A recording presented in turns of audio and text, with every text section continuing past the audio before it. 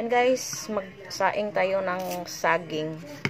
Medyo malapit ng mahinog ang saging natin guys, nasa saingin. Yan. Yan, merong mga hinog na kasama. Yan. So, lagyan na natin ng tubig. Katamtaman lang, wag lang masyadong marami. Yan, okay na yan. Yan, isain na yun. Itakang na natin. Yan, ano na guys. Saing na guys. Ano lang. Yan. Na, nag-ready na siya para sa ano guys. Tama na nang ilakot na na. Ito na guys, may kalamansi siyang ginawa guys para sa bagoong. Para ito sa bagoong guys. Masarap po ito.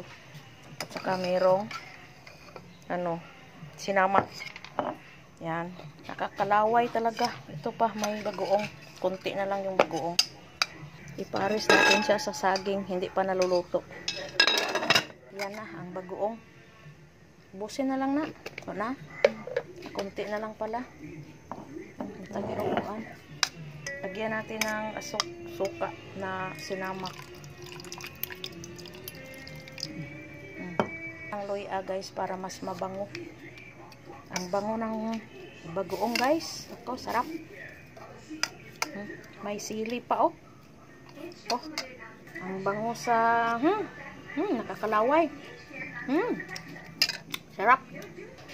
Yan, meron ng luya yung bagoong guys. Ang dami. Bango na.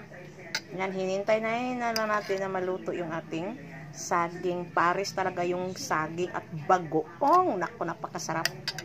Tayin na lang natin maluto. Kakain na tayo kaagad. Kumukulo na ang ating saging guys. Charan! Hilaw pa yata to. I-try natin be. Hindi pa. Kulang pa.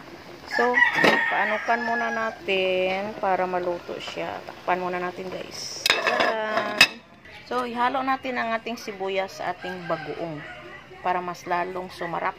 Yan. Ito na po guys, ang ating bagoong. Kulang lang ng kamatis. Wala tayo nakabili ng kamatis. Naku, ang sarap po. Bango.